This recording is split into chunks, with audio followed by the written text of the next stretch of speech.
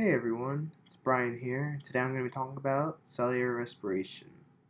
So to start off with some basic bio knowledge, cellular respiration is the process of breaking down sugar into ATP, or energy. The equation for it is C6H12O6 plus 6O2, which is then the products of 6CO2 plus 6H2O plus energy.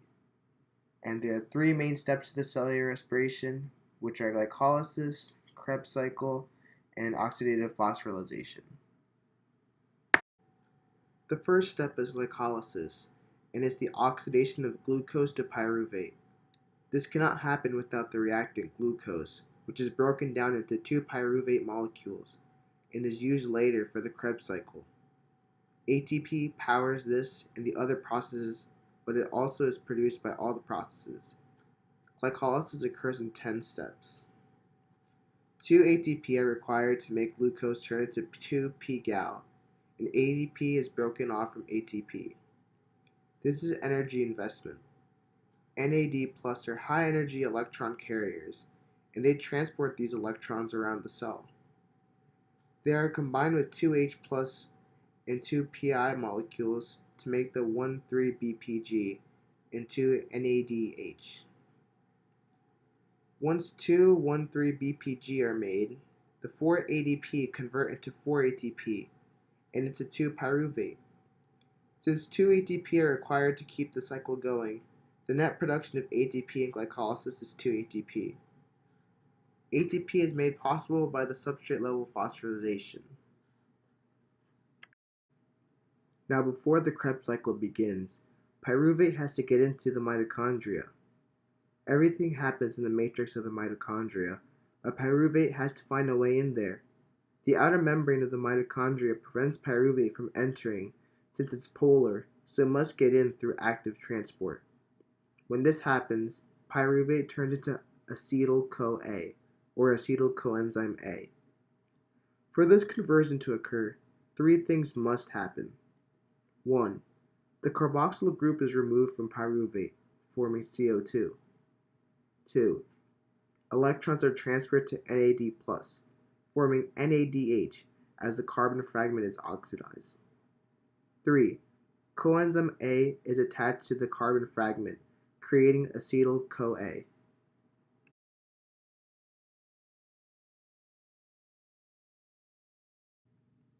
Now acetyl-CoA is in the mitochondrial matrix, ready for further oxidation. CoA breaks off from the acetyl group and converts it to citrate.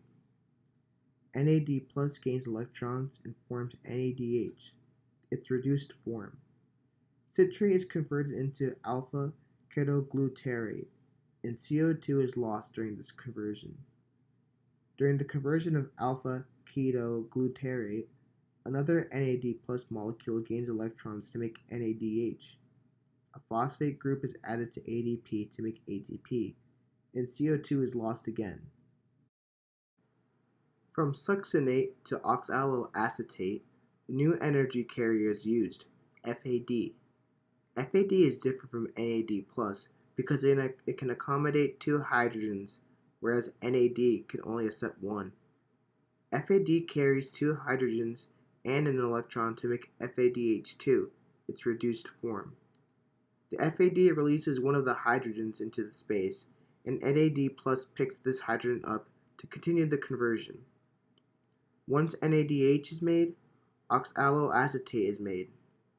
Because two pyruvate molecules are present, the Krebs cycle turns twice to make 2 ATP.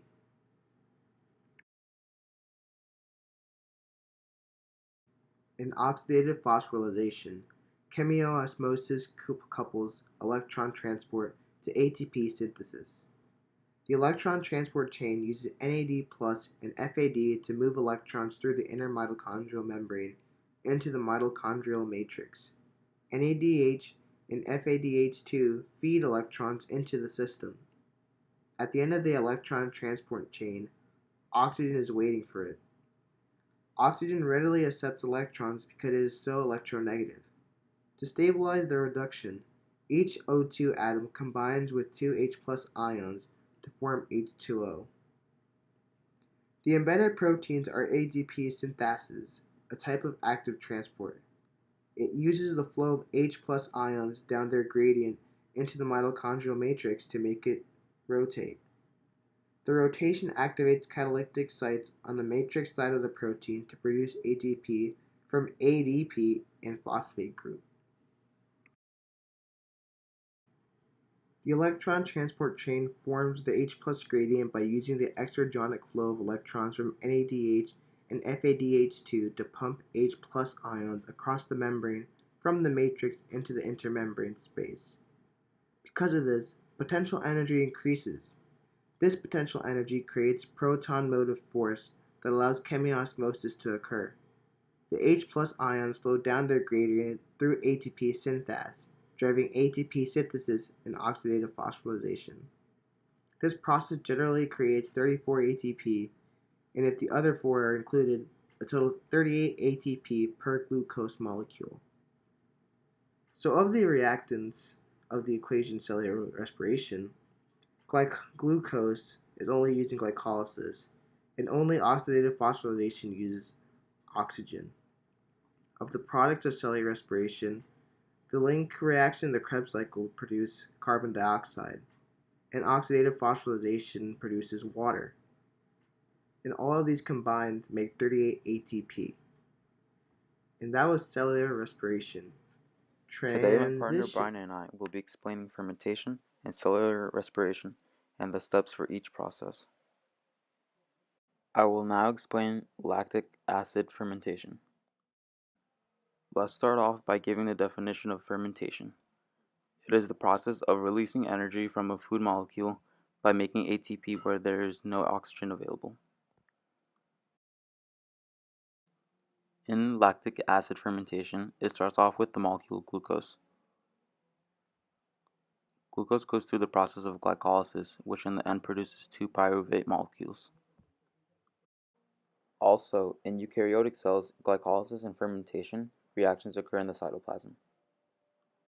To keep this process repeating, NAD+, the electron carrier, must help pass energy from glucose to other pathways in the cell. This electron carrier is also involved with glycolysis. Fermentation without substrate level phosphorylation uses pyruvate as the electron acceptor, which is usually an organic compound. Fermentation is important in anaerobic conditions when there is no oxidative phosphorylation to maintain the production of ATP by glycolysis.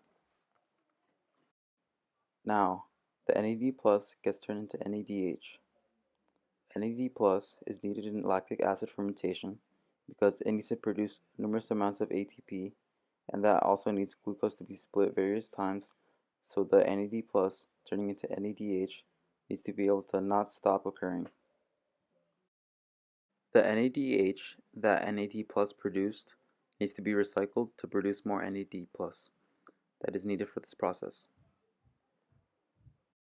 Fermentation removes electrons from NADH molecules and recycles NAD+ molecules for glycolysis. Why is this process important?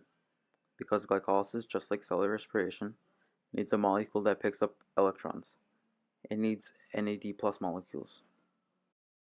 This is done by turning the pyruvate into lactic acid.